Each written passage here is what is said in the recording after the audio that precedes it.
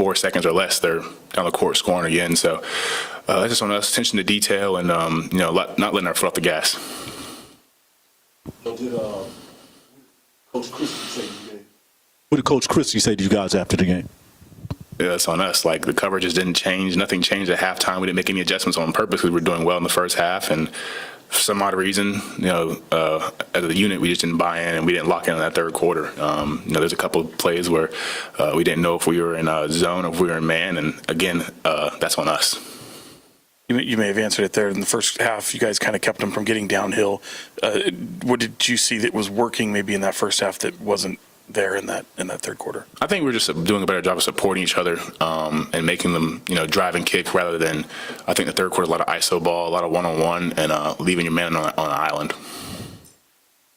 Dylan, some of your teammates, like Russ, for example, have said they encourage you to be yourself and play like yourself. But for you personally, I know the NBA, your rookie season can be a whirlwind. Is there anything specific that you've been just trying to focus on or emphasize doing on a game-in, game-out basis? Yeah, man, just sticking to my routine. When I was in pre-draft workouts, I asked about Al Horford when I was in the Boston Celtics pre-draft, and they mentioned how much of a pro he was in his routine and how he just continued to rep out the things that he wanted to get better at each and every day, and that's how he went from a post player shooting only hook shots with the Hawks to, you see him, not now, but when he was at the Celtics, expanding his game to the three-point line. And so I asked him how he did that, and just like I said, he just bought in his routine. He was very specific about going to bed at the right time and getting in the gym at the right time and being consistent and all that. It's a long season, and it's easy to get off task. It's easy to get off of your routine, and so I try to make sure my routine is dead straight. My wife holds me accountable each and every time. Like every time after a game, she takes my phone and makes sure I'm in bed at a good time. And so we're just being a professional. That's my New Year's resolution, is being a professional on and off the court, and how I take care of my body and how I approach the game. Dylan, a career-high 13 rebounds tonight. Are you figuring out that aspect of the game at the pro level, like adapting what you were at the college level to the pro game? Yeah, for sure. It definitely took a lot of prayer to get to where I'm at. I want to, put it out there that I only averaged, 5 rebounds a game in college. That was my highest. 5 points is 5 rebounds a game. And last year, and that, I think like a career, 4 rebounds per game in college. And so my transition to the NBA, a lot of people question my rebounding. You're 6'10", you're 6'11", and you're a great offensive rebound, but defensively, what's the problem? And I think a lot of that was I was used to boxing out because the SEC, we got a lot of people like myself in there, and so I'm trying to keep them off the glass and then keep my off the glass. But here, there's only a handful of guys like Mitchell Robinson, Steven Adams, where guys you really have to make sure you're boxing out. But other than that, you can kind of hit and go get. And so me and my player development coach, Garris Adams, we just nailed really how can we become a better rebounder, because that's how I'm going to stay in this league, is being a rebounder and being an energy guy. And so that's something I look forward to each and every day, is a rebounding ball. It's a gift. Dylan, from the Bean Boys, every time you get in the game, you get a loud ovation from the crowd. Just kind of talk about how you're settling in, finding your role, finding your place here in the NBA in your rookie season. Yeah, like I said, it's all glory to God. Outside of the will of God, I would not be here in the NBA. Like I said, you look on a stat sheet, I didn't wow people, in college. I averaged 5 points per game. I rebounded the ball 5 times per game. I averaged like 1.6 blocks per game. No one thought I was an NBA player, and I'm not supposed to be here, but God. And so every time I get on that court, it's just an opportunity to showcase, my God-given abilities and have fun with it and continue to be a joy, because at the end of the day, like, I'm living my childhood dream. This is something I prayed about since I was, 5 or 6 years old. I remember watching, LeBron James and the Miami Heat and my fault, Russ, but the 2012 and the 2012 and 2011, NBA Finals, and just telling my mom, like, I want to be there. I want to be not like LeBron, but I want to be in the NBA, and just to pray about that every single day, and to get that, it's just a dream come true. And I don't think I'll ever take this dream for granted, because at the end of the day, like I said, I'm not supposed to be here. And yeah, I put this jersey on every single day, and I have a blast doing it, because this is something I've dreamed about since I was a kid. And so you'll see that childlike joy every time I step on that court, because like I said, this is a dream come true for me. And at any moment it can be taken away. But I just love playing basketball. I love accomplishing and living the dream and having fun. And having Max and Neek and Precious out there with me, being the Bean Boys, like, you couldn't ask for a better group of guys. Coming into this process, You hear a lot about how the NBA is just, business is cutthroat. It's, your teammates are more individualized and they're worried about themselves. But, we might not be having a great season, but this is the best locker room I've really been a part of outside of my last year at Auburn. Everybody from Russell Westbrook to Drew Eubanks who wants to see you succeed. Drew got not benched, but Drew stopped playing as much, and he's the happiest guy on the bench. He still takes time to out of his day to come tell me, hey, you could have this better, you could have done that better. And so everybody is a part of this team, whether we're successful or not, and no one is spiteful, no one is unprofessional, and I really appreciate being on this team, being in this locker room. Thank you. Russ next.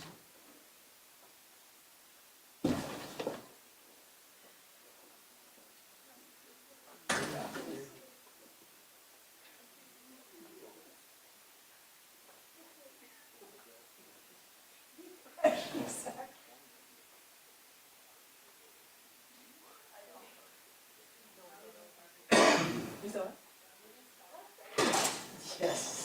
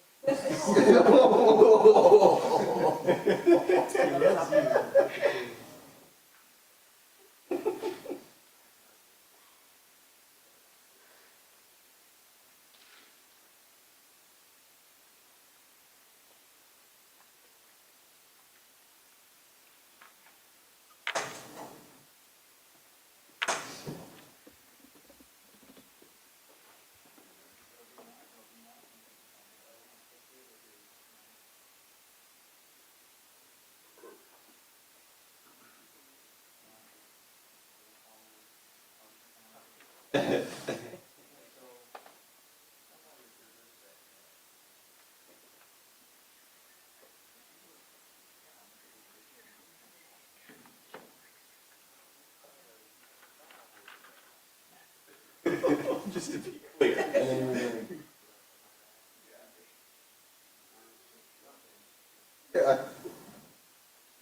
He's like, everyone's from the good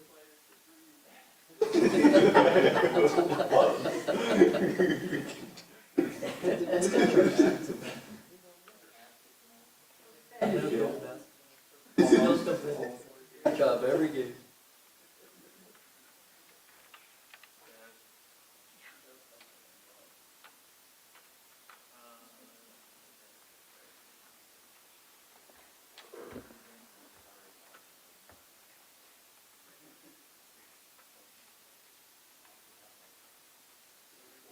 So did I. Is he still?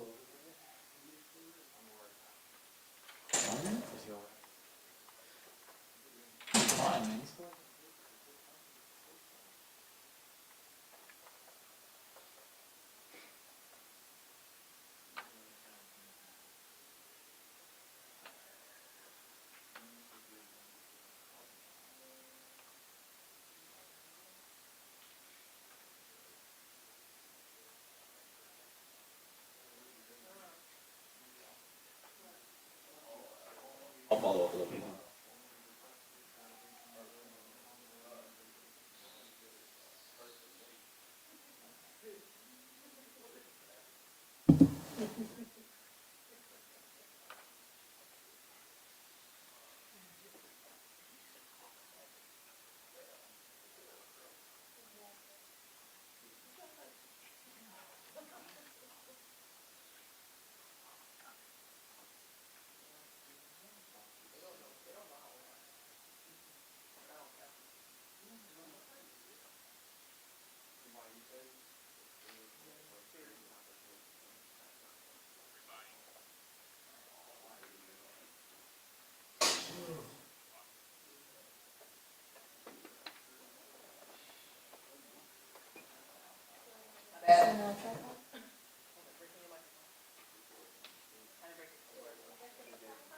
Check.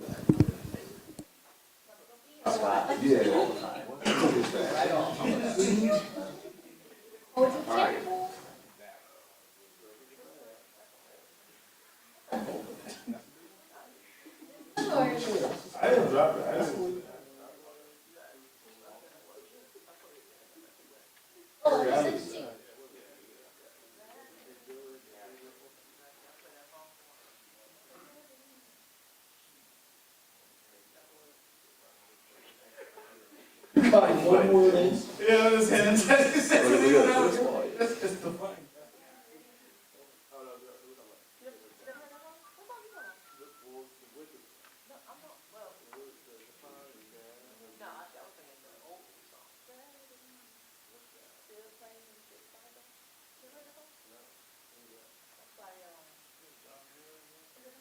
Oh, that's why I don't know. How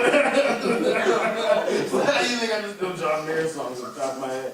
You don't know the legendary John. Oh, the legendary John. No, he's a legendary The John. legendary John Mayer. Spell his name. Spell Mayer. Meyer. That's not right. That's not right? It's Meyer. Yeah, she looked like Christie's gonna walk the door. Not gonna lie. Yeah, honestly. It's put on a banger, I'm not gonna lie. 5 second intro. I was gonna say, You know that Wonderland sound out of it? I had one. Yeah, I think so. This song sounds like a bourbon knee. hey, I didn't get no sound. I was pissed. But I had my other. Yeah.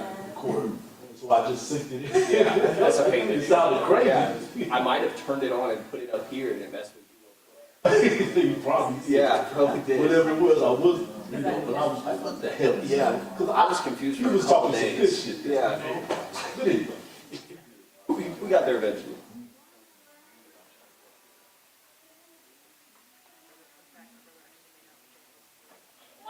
Yeah, I fear this song is a banger.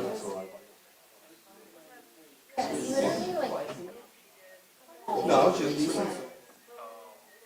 He slows you. Bless you, just the spirit in us. That's what they're called. That's the spirit. The spirit ain't no spirit. That's what that is going up in the Holy Ghost. Got it. That's exactly what's happening. I'm vibing back here. Eyes closed.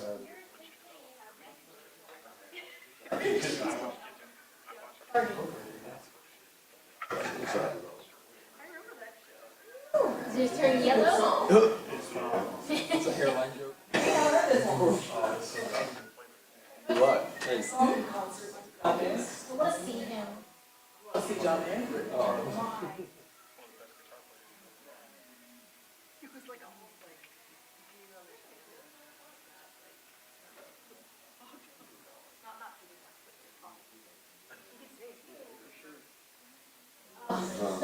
I didn't hear it. Together. Add that to the playlist. Sean like a homework record against you. That's all. That's all. Oh, that's right. The Mickey Mouse song. That's right. I got to do some.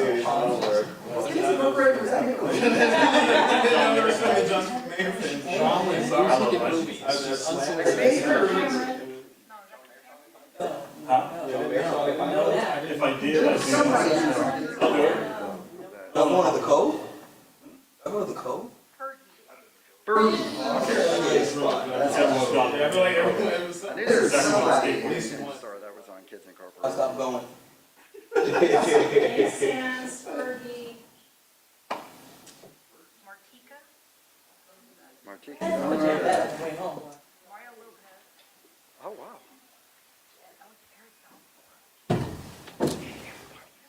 Mario Lopez, that was the other one I was.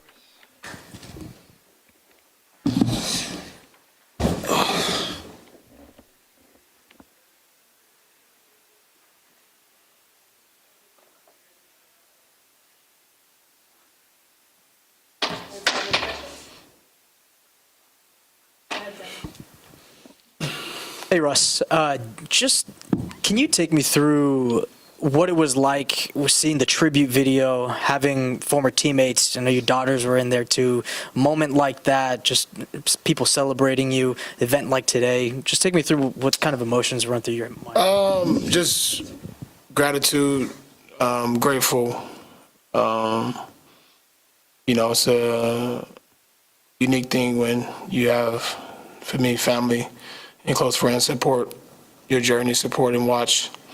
And I'm grateful for that. And I'm thankful for just to have those people in my corner, support staff. I wouldn't be here without them. So I'm grateful for that.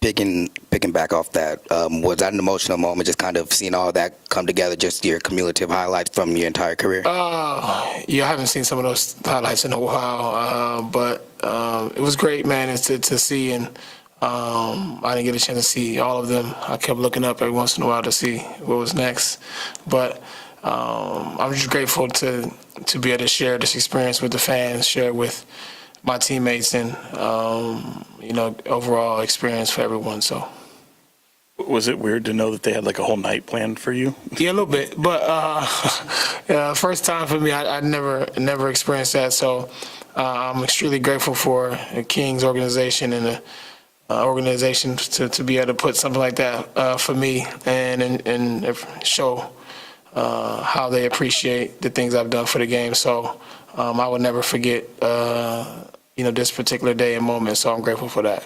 And then just kind of looking at the overall game, I mean, it seemed like you guys were able to prevent them from getting downhill in that first half, but second half was a little bit different. Yeah, we didn't get back.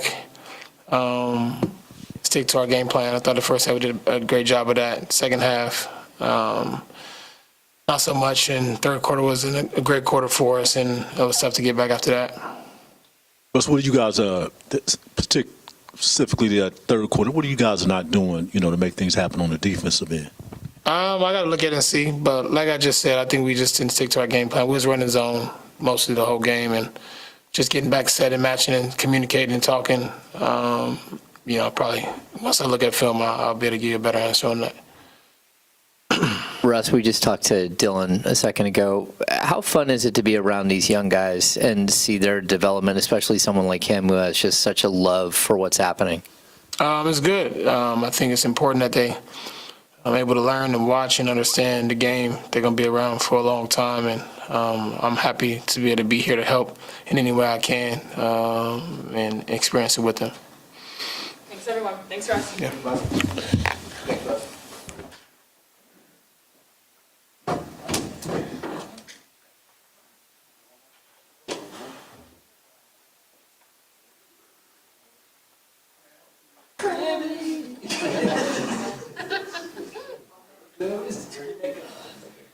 Break me down.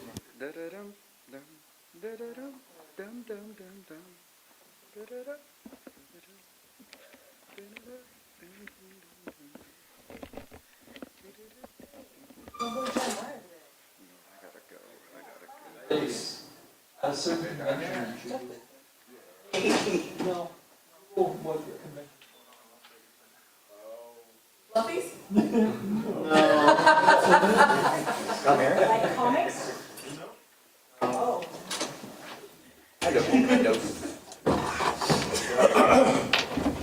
Good evening, good evening.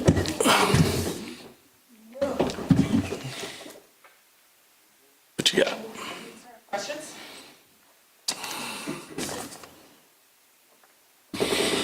Hey, Doug. Real good start for you guys in that third quarter. What'd you see there? What happened? These are the times as a coach you reflect and you own a lot of it. Like in that moment, that's where for the team, like I have to be better. I think they'll say, "Nah, coach," but we got to make sure that we come out and we are ready to go. And if there's going to be a run, then we got to make subs and figure out a way to withstand that, because we were playing too well to let a game like this slip away. So I own that. Yeah. Coach, at this stage of the season, with the record being what it is, and you take a loss, like tonight. What's the mood like in the locker room after a game like this? This team is very resilient. We got some veterans. We obviously got some young guys, and they watch and see. I talk to my young guys quite a bit. Neek, Dylan, and Max. Whether it's text, pull them into my office and have conversations just to make sure that their mind's right, because they're going through something that this isn't how it's going to be. It's how it is right now, but this is not how it's going to be. So I got to make sure that they're always staying on the right vibration, and the mindset is locked in.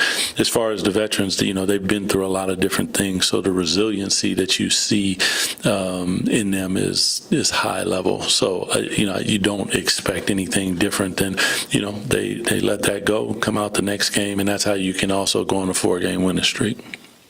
Coach Christie, you did talk a little bit about Toronto and how they would approach this game, and they did just that. What was your thoughts about what they were doing in the third quarter when they shot 73% from the floor? They got out in the open court. Got some layups. We turned the ball over. You play right into what you didn't do in the first half that got you the lead, and you didn't allow them to do that. Some miscommunications on defense that we didn't have in the first half. And when you give a team like that, all of a sudden the ball starts going in because they get a little bit of confidence. They see it go in, and then guys start making shots. Yeah. Doug, we've seen a lot of rookies come into this league and want to work on the areas of their game that they know need work. It seems like Dylan knows exactly what he is at the NBA level and really plays to those strengths. How valuable is that to have a rookie that's so confident in who they are as an NBA player? Well, first and foremost, I think that sometimes in today's basketball, it's like, even though a guy might not be a quote-unquote shooter, it's like, shoot the three. But that's not necessarily their game and what they do. And I personally think that you allow them to do the thing that they do, and then you develop them, and then never lose the thing that got you here. And for Dylan, his energy, his rebounding, his defense, his physicality, we'll work on the rest. Like when he got here, that little hook shot wasn't with him, but he's worked on it to the point where he's confident enough to shoot it. Even catching the ball in the pocket and coming to a jump stop and spraying, that wasn't something I don't think that was necessarily part of his repertoire, but we work on him with all those different things, and I think that you see that. But the confidence comes from doing the thing that he does. And, even the celebrations, like, we'll find the medium of where we need to be. I have no problem with what Dylan brings. Doug, we just talked to him. When did you realize that Dylan was going to be an NBA player? Because, you look at his college stats and 5